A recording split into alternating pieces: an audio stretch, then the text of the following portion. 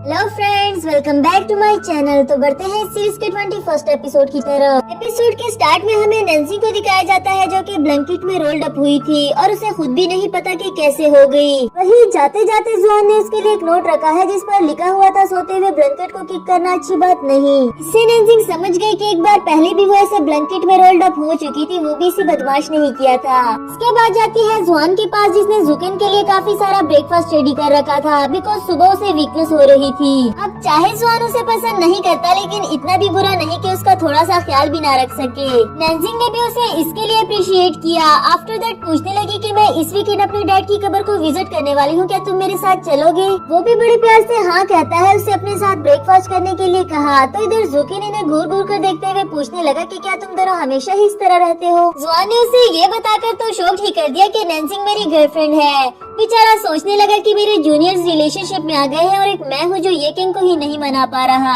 Next scene में office का scene दिखाया जाता है जहाँ मीटिंग के दौरान इस बात को डिस्कस किया जा रहा था कि आज सभी विनर्स के नॉवेल्स ऑनलाइन पब्लिक किए जाएंगे। फिर मीटिंग के बाद जुकेन को काफी सारे प्रोजेक्ट्स डील करने थे जो कि इससे पहले मिस ये किंग किया करती थी। वो भी देखकर हैरान था कि इतने कॉम्प्लिकेटेड प्रोजेक्ट्स वो कैसे डील करती रही। यहाँ नैन्सी ने बताया कि वो अपना हर प्रोजेक्ट टाइम पर फिनिश कर लेती थी, यहाँ तक कि अगले हफ्ते का काम भी एडवांस में ही कर लेती थी। अब तो जुकेन को सच में लगा कि शायद मैं वाकई ही इमेच्योर हूँ। अगले सीन में ये किंग से मिलने के लिए जाता है, उससे अपने साथ स्केटिंग करने के लिए ले आया। बताता है कि मुझे माफ कर दो, मैंने तुमसे वादा किया था कि तुम्हारी हर बर्थडे पर तुम्हें यहाँ लेकर आऊंगा, लेकिन अपना वादा पूरा नहीं कर सका। ऊपर से तुम भी इतना बिजी रहती थी, इतने सारे प्रोजेक्ट्स अकेले ही कैसे डील करती रही। यानी कि कुछ दिनों में ही उसे इस बात का एहसास हो गया था कि ये किंग ने उसके लिए कितना कुछ सहा। इसके बाद बताने लगा कि तुमने मेरे डैड के बारे में पूछा था ना, मैं ये सब कुछ करके अब फाइनली इंडिपेंडेंट होना चाहता हूँ, एक जिम्मेदार इंसान जो अपना बोझ दूसरों पर ना डाले। इधर ये किंग को भी उसकी बातें सुनकर उस पर काफी प्यार आ रहा था क्योंकि वो हमेशा उसे एक रिस्पॉन्सिबल पर्सन ही तो बनाना चाहती थी। फिर दोनों ही मिलकर स्केटिंग करने लगे। ये किंग को अच्छे से स्केटिंग करने तो नहीं आती लेकिन जुकेन स्केटिंग का मास्टर है, उसे संभालते हुए अच्छे से सिखाता है। काफी मस्ती मजाक करते हुए एंजॉय करने लगे। इधर नैन्सी मॉम और जुआन के साथ जियाजुन और डैड की कब्र पर उनसे मिलने के लिए आई है। तीनों के सामने बताती है कि मैं आप लोगों को अपने बॉयफ्रेंड से इंट्रोड्यूस करवाना चाहती थी। फाइनली उसकी मॉम भी अब जान गई है। मजीद बताया कि मेरा नॉवल स्टार प्रोग्राम के लिए शॉर्टलिस्ट हो गया है जो मैंने अपने बॉयफ्रेंड के साथ मिलकर लिखा था। हूँ ना मैं कमाल की? इधर मॉम बोली और नहीं तो क्या, देखा जियाजुन नैन्सी तुमसे भी ज्यादा अच्छी राइटर निकली। आफ्टर दैट जुआन को कहीं न कहीं जियाजुन अपनी तरह लगा क्योंकि उसे भी ऑरेंजेस नहीं पसंद थे। उसके लिए एप्पल जूस लाया था और उसे फ्रेंडशिप करने के लिए कहता है। इसके बाद वापस आते हुए मॉम जुआन से पूछने लगी कि तुम्हारा फ्यूचर के लिए क्या प्लान है। जब जुआन ने बताया कि अभी तक उसने इस बारे में कुछ नहीं सोचा तो मॉम काफी ज्यादा डिसअपॉइंट हो गई क्योंकि जैसा भी है वो एक माँ है और अपनी बेटी का अच्छा फ्यूचर चाहती थी। घर आकर भी उन्होंने ऐसे ही मुंह लटकाया हुआ था जिस पर नैन्सी वजह पूछने लगी और वो बताती है कि जियोंग अच्छा लड़का है और मैं तुम दोनों के लिए खुश भी बहुत हूँ। लेकिन वापस आते हुए जब मैंने उससे फ्यूचर प्लान के बारे में पूछा तो उसने बताया कि उसने अभी तक ऐसा कुछ नहीं सोचा। ये सुनकर नैन्सी उनसे रिक्वेस्ट करने लगी कि प्लीज दोबारा से इस तरह का कोई भी क्वेश्चन जुआन से मत करना क्योंकि कुछ बातें ऐसी है जो मैं आपको नहीं बता सकती और अगर मैं आपको बता भी दूं तब भी आपको यकीन नहीं होगा।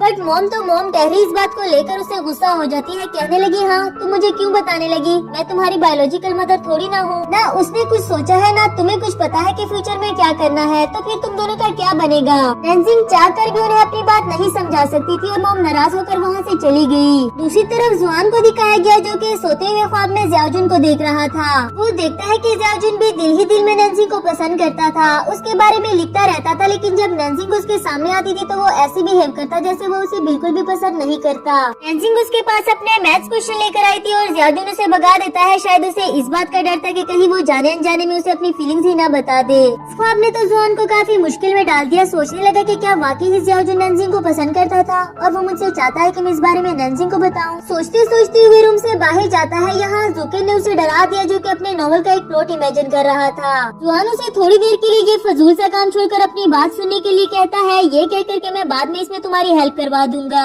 उसे बताने लगे कि तुम इमेजिन करो कि तुम ये किंग को पसंद करते हो और तुम दोनों एक साथ भी हो, लेकिन तुम्हें बाद में पता चला कि उसका एक क्रश था जब वो छोटी थी एंड उससे जिस पर क्रश था उसी लड़की को ये किंग पर भी क्रश था। इस बारे में जानने के बाद क्या तुम ये किंग को बताओगे? बेचारे जुकेन के लिए पहले तो ये इमेजिन करना भी काफी मुश्किल हो रहा था क्योंकि ये किंग तो सिर्फ मान भी नहीं रही, एक साथ होना तो दूर की बात। बाद में कहने लगा हाँ मैं उसे बता दूंगा। जुआन बोला, अगर तुम्हें इस बात का पता हो कि उसे बताने के बाद तुम इस दुनिया से हमेशा के लिए डिसअपियर हो जाओगे, फिर भी बताओगे? इस पर जूकन कहने लगा, हाँ मैं फिर भी उसे बता दूंगा, क्योंकि बाद में उसे पता चला तो मार के मुझे डिसअपियर कर ही देगी। इससे तो बेहतर है कि मैं उसे पहले ही बता दूं। बेचारा जुआन तो काफी ज्यादा सीरियस था, लेकिन जुकन को अभी भी मजाक सूझता है। इस पर जुआन उसे नकारा कहते हुए चला गया। सोचने लगा कि क्या यही वो मिशन है जो फेरी ज़ेन मेरे हाथों कंप्लीट करवाना चाहता है। नेक्स्ट सीन में मॉम को दिखाया गया, जो कि ऑफिस के लिए जाने वाली थी और अभी भी काफी ज्यादा नाराज लग रही थी। इवन के बाहर जुआन से मिलकर भी कुछ अच्छे से बात नहीं की। फिर जुआन नैनजिंग से मिलने के लिए जाता है और उसे लगा कि शायद मोम वापस आ गई है, उनका कुछ न कुछ तो घर में रह गया होगा। डोर ओपन करने पर पता चला कि ये तो मिस्टर जुआन खड़े हैं, जो उसके लिए ब्रेकफास्ट लेकर आया था। ब्रेकफास्ट करते हुए बातों बातों में जुआन ने बताया कि कल तुम्हारी मॉम ने मुझसे फ्यूचर प्लान के बारे में पूछा था, लेकिन मेरा जवाब सुनकर वो डिसअपॉइंट हो गई और मुझे भी बिल्कुल अच्छा नहीं लगा।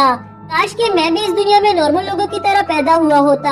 अगर ऐसा हुआ होता तो देखना मैं तुम्हारा फर्स्ट लव होता। चलो फर्स्ट लव ना सही, तुम्हारा फर्स्ट किस तो बन ही गया हो ना। नैन्सी को तो उसकी इस बातों पर काफी ज्यादा हंसी आ रही थी और जुआन कहने लगा कि अगर तुम्हारा फर्स्ट लव नहीं बन सका तो क्या हुआ, अब मैं तुम्हारा फर्स्ट मैरिज बनना चाहता हूँ। ये सुनकर हमारी नैन्सी भी आइडियल लड़कियों की तरह शर्माने लगी और उसका आज का दिन सबसे अच्छा गुजरने वाला था, क्योंकि उसने जुआन के मुँह से ये बात जो सुन ली। मजे मजे से ऑफिस में बैठे स्टिकर्स बना रही थी, वही लूजिंग उसके लिए केक लेकर आया।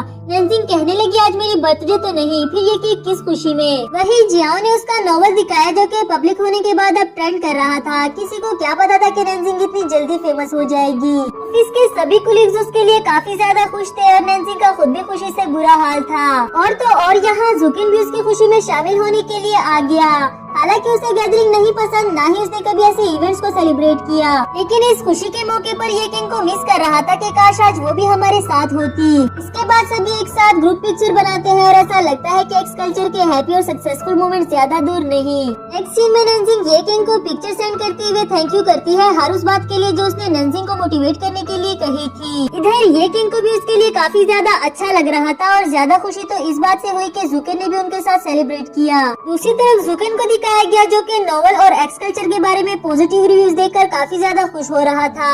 ये किंग का मैसेज आता है, जो कह रही थी मैं तुम्हारे लिए बहुत खुश हूँ, क्योंकि तुमने जो रास्ता चूज किया था आज भी उस पर गिव अप नहीं किया। इसके साथ ही हमें फ्लैशबैक से दिखाया जाता है कि जब जुकिन को पहली बार राइटिंग के लिए ट्रॉफी मिली थी तो उससे कहीं ज्यादा उसके लिए ये किंग खुश थी। उससे बताती है कि अगर मैं राइटर नहीं बन सकी तो क्या हुआ, तुम हो ना, एक दिन तुम बहुत बड़े ऑथर बन जाओगे, फिर मैं तुम्हारे साथ ही जॉब करूंगी। जुकिन खामोशी से खड़ा उसकी एक्साइटमेंट देख रहा था, फिर कहने लगा कि मैंने डिसाइड कर लिया है, मैं अपनी एक अलग से कंपनी बनाऊंगा। उसके बाद उसे वही पड़ा किंग कॉन्ग निकाल कर देने लगा, जो कि ये किंग को काफी ज्यादा पसंद आया था और उसने आज भी अपने पास संभाल कर रखा है। वैसे ये दोनों ही एक दूसरे के साथ काफी ज्यादा सिंसियर है, लेकिन दोनों में से कोई भी बताने की हिम्मत नहीं कर पा रहा। नेक्स्ट सीन में जुआन को दिखाया गया, जो कि नॉवल को ट्रेंडिंग करता हुआ देखकर वो भी काफी ज्यादा खुश हो गया। नैन्जिंग को मैसेज करके अपने साथ डिनर करने के लिए बोला। उसे सच में ही इस बात की कोई उम्मीद नहीं थी कि उसके नॉवल को इतना ज्यादा पसंद किया जाएगा। वो तो बस ये सब कुछ लिखकर सिर्फ नैन्जिंग को अपनी फीलिंग्स बताना चाहता था। अगले सीन में हम नैन्जिंग को डिनर पर आता हुआ देखते हैं, जबकि जुआन अभी भी वहाँ नहीं आया था। ये देखकर नैन्जिंग उसे कॉल मिलाने लगी। यहाँ टेबल के नीचे से उसे फोन रिंग करने की आवाज आई, वहीं जुआन निकलते हुए उसे अजीबोगरीब तरीके से विश करने लगा। इतना ज्यादा एक्साइटेड हो गया था कि नैन्जिंग को उसे खामोश कराने के लिए कहना पड़ा, अगर तुम चुप नहीं हुए तो मैं तुमसे ब्रेकअप कर लूंगी।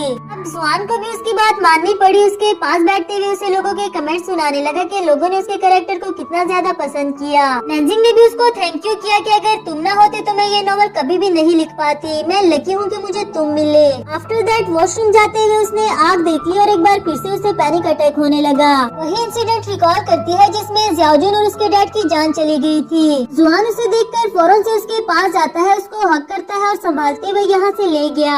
अब जुआन भी उसके लिए काफी ज्यादा परेशान हो जाता है कि पहले तो उसे ये पैनिक अटैक इतनी जल्दी नहीं आता था जितना अब आ रहा है। नहीं, ये सब कुछ मेरे वापस जाने की वजह से तो नहीं हुआ। दिल ही दिल में खुद से प्रॉमिस कर लेता है कि मैं नैन्जिंग की ये वाली इलनेस दूर कर दूंगा। इसी के साथ हमारा ये वाला एपिसोड भी खत्म हुआ।